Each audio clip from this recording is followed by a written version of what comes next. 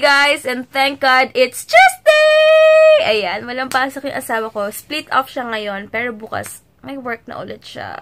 Sabihin, hiwala yung off niya, so... Pero okay lang. At 11:57 na, sabi ko, aabot ako sa good morning. And dito asawa ko, so happy. Hey, gising na yan, nagtutulog-tulugan. Tapos alam nyo ba, nanood kami ng Kakaibang Karisma. 3 AM na natapos. Ayun yung bagong kinaadika namin. Nanonood kami lagi ng PBO kapag off niya na kinabukasan. Kaya, at hindi ako nantok kahapon. Hindi ko siya tinulugan dahil maganda yung story. Kaya, hindi ako nakatulog. Tapos nagugulat ako, parang tik-tik-tik. Gumagawin yung relo niya kasi yung watch niya. Pag 12 tsaka 3 AM, tumutunog yun. Tapos nagulat ako, patay 3 AM na di pa tapos yung Kakaibang Karisma. Pero masaya kasi yung bago namin bonding. Late na natutulog kapag off, kinabukasan. Dahil nanood kami. Pero maganda, at least nasusulit na yung binabayad namin sa signal. Di ba? Wala lang. Sobrang happy Tuesday, guys. And mamaya may schedule ako sa trainer ng 4 PM. Tapos, muna kami, magtawag dito? Magla-lunch, and then, bukas na yung Taco Bell. Last week pala, hindi ko alam. Nakakainis, pero okay lang. Busy naman kami last week, kaya okay lang. So, sobrang excited ako today dahil finally, ma-explore ko na rin yung mga gamit sa gym para sa akin din naman to, and para rin sa aking katawan. Medyo masakit yung legs ko, yung katawan ko ngayon dahil nag-pilates ako. And yung abs ko parang masakit. Basta. Pero at least effective yung workout ko kahapon. And buti lang hindi ako nag-cramps ngayon. Nahikab na naman ako, hindi ko napigilan. So, ulit na lang. Ayan, ito yung gusto kong part na pag walang pasok ngayon. Kasi napagsisilbihan niya ako sa breakfast. Hey, look. I'm making her eat. Yes. Oats. So, kasi most of the time, 'di ba, talagang work siya. Tapos pag mag-isa lang ako, laging nag-prepare ng breakfast ko. Ngayon, siya na magpe-prepare. So, hayaan ko lang siya. Minsan lang naman. And ayan, hindi pala ako hindi ko sahaluan ng whey. And may nagsabi pala sa akin, buti daw hindi ako pinipimple sa whey. Hindi naman siya nakaka-pimples. Hindi ko alam kung... Nakaka-pimples siguro kapag nag-work, nag-whey ka, di ka nag-binuyalaw yung pawis. Yun, baka yun nga yung cause. Pero nagkakatigyawat ako ngayon kasi minsan late na ako natutulog. Kasi nga, si Heinz, sabay kami matulog minsan and marami akong ginagawa, iniisip sa business ko, kaya siguro nagkakaroon ako ng ganito. Pero yung talagang maramihan, hindi pa naman dahil ilang months na ako umiinom ng whey. Kailan mo na bumili ng whey? Ilang months na rin. Ilang months na rin, pero never... 2 months na ba mahigit? Yeah, never ako. Nagkakaroon ako ng... Hindi na maubos-ubos yan. Tigyawat kapag after monthly period or kapag talagang stress ako sa business. Talagang pagod na pagod ako. Ha? Bakit? Bili na ka tayo ng bago.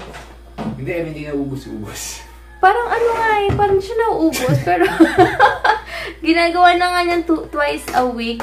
Twice a day. Pero ewan ko. Tapos ako, ay mo mag-oats. Dito ako, oatmeal cookies ka lang. Pwede pala binili kitang ganito. Araw-araw ko nagaganito eh. Okay. Ngayon malabnaw yan. So, hintayin mo lang muna yes. Thank you. Ayan, ito yung gusto kong part. Kasi minsan lang niya itong gawin sa akin kapag wala siyang pasok. Kaya sinasamantala ko.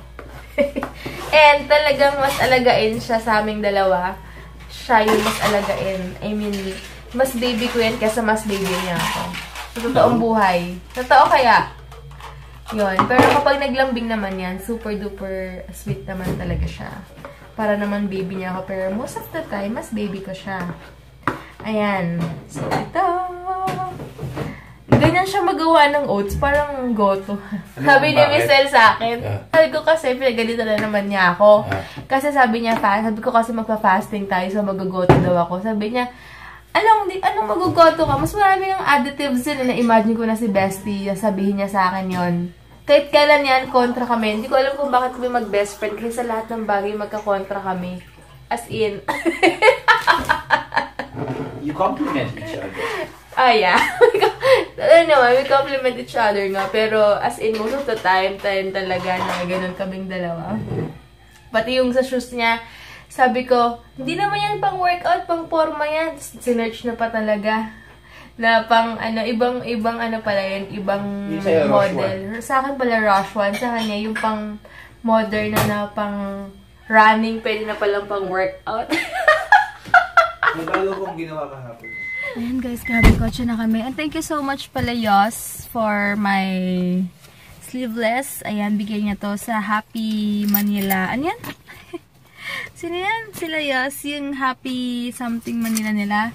Yung nagbigay sa amin ng mga shirts. Ayan, thank you so much. Happy Tees Manila. Happy Tees Manila or something. Basta nasa description box naman. So, sorry guys, correction. Happy Prince Manila pala. So, and syempre yung eyewear ko from Classic Apparel. So, thank you so much. Mga bigay talaga lahat ng suot ko. Pero maraming salamat sa inyo. Punta na kami ngayon sa Alabang. Alabang talaga. Yes, Alabang. Alabang mode muna kami. And magte-take. Dito tayo. Oo nga pala. Okay lang, move ka na. Pag na-allergy ako, atching sinisipon, inuubo. Pero after wala na. Ganun ka-sensitive yung ano ko. Araw dyan, ganito ako pumapasok. Dapat pala suot ko yung sunnies ko, pero sayang. Tignan mo ako. Ay, naka-ano ka pala. Hypertensive. Tignan nyo guys, ang aga pa namin na agad naka-park dito. Dito naman yung naka-ano dyan. Huwag dyan. Oo nga pala. Ay, hirap talaga mag-park pag hapon na dito. So, ayan, dito ulit kami ngayon sa recovery food. So, ito yung in-order namin. Ah, chicken pala in-order mo? Hindi. Yung kebabari na. Oo nga, bakit ganun? Ganyan yung halaka eh. Kebab tayo, kebab. So, ito guys, final na to kasi mali kanina. Pero okay lang, ito yung ano namin. With ganito talaga siya.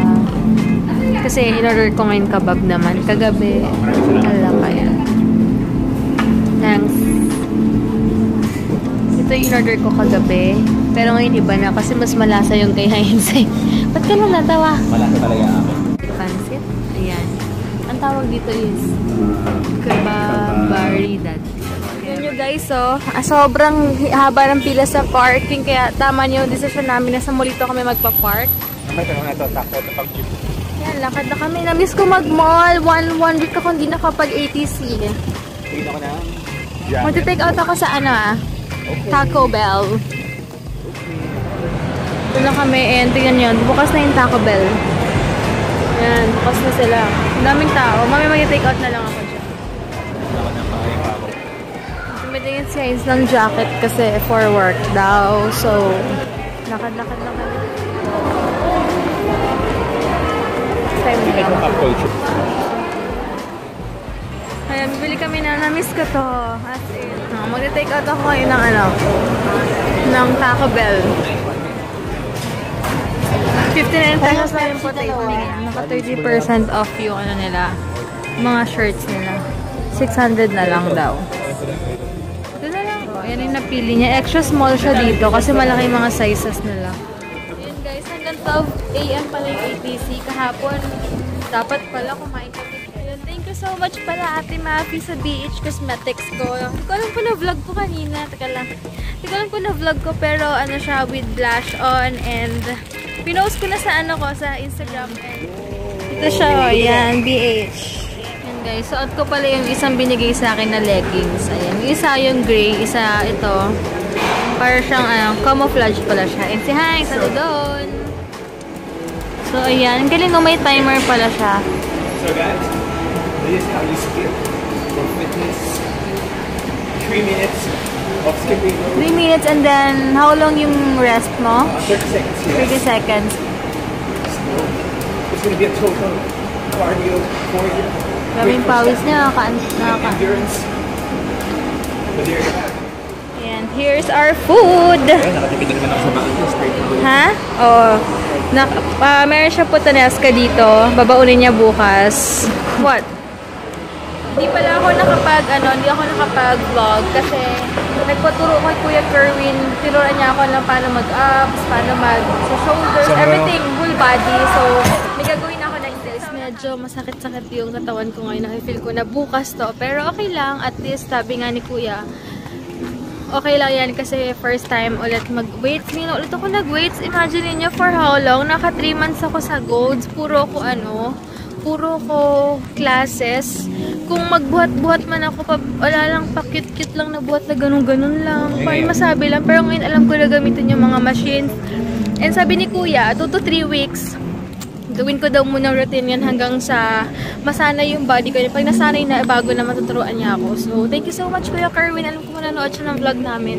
Alam niya ba? Ba't nanonood ba siya? Sabi niya kasi, sabi ko kasi nag-vlog ako. Sabi niya, anong channel mo kasi nanonood daw din siya ng mga iba yung mga recommendations sa YouTube. So, hi Kuya, thank you so much.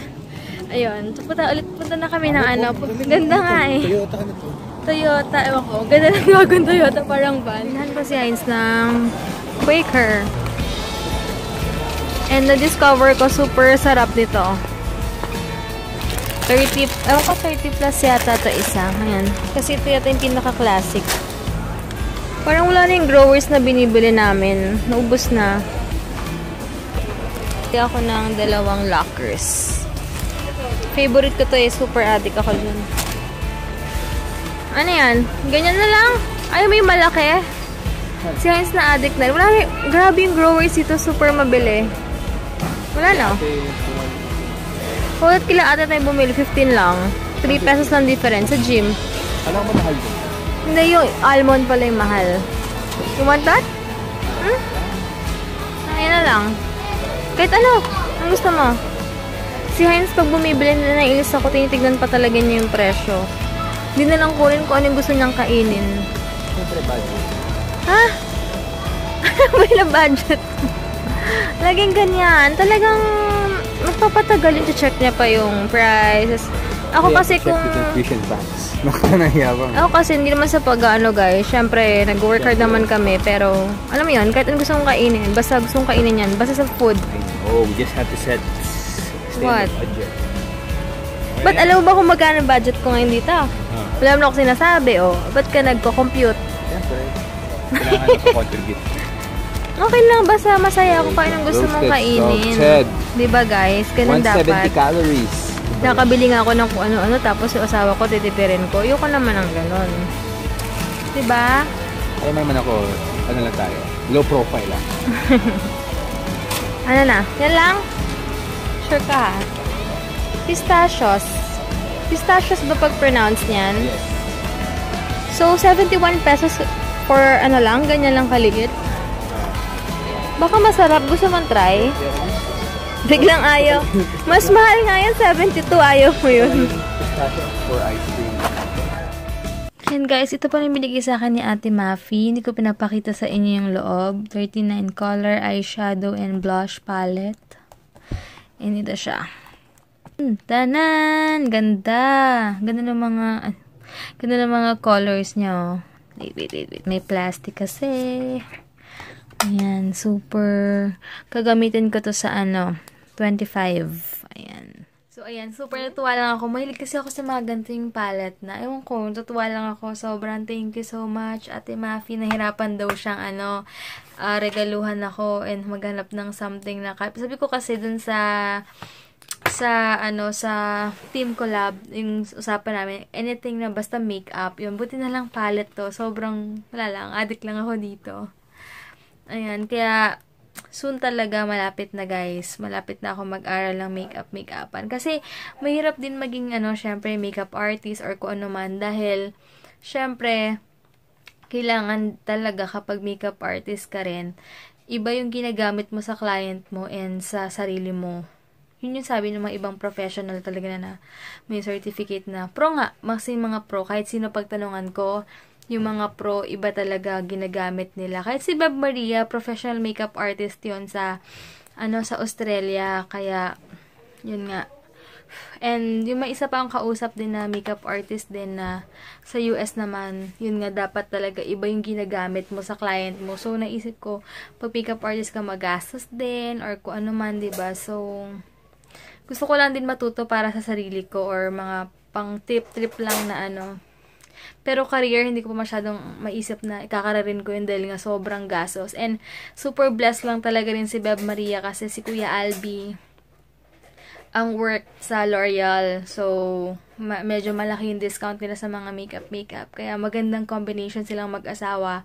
Dahil nga si Beb Maria makeup artist, tapos si Kuya Albi malaki yung discount sa mga makeup. Kaya nakakatuwa lang. So, yun din nalaman ko na kailangan talaga pala iba ang makeup mo sa mga client mo. So, yun, kaya naisip ko parang basta gusto ko na lang matuto ng pang sarili ko lang and yung matututunan ko gusto ko lang i-share sa inyo pero hindi ko pa masasabi na kakaririn ko to dahil nga, yun nga, sobrang gastos. Diba? So, yun lang guys and sobrang happy lang ako ngayon. Thank you so much Ate Mafi. Thank you lang talaga. Sobrang like ko to. And may collection na naman ako sa makeup case ko. Wala lang. Sige guys, thank you so much for watching. Bukas na lang and good night!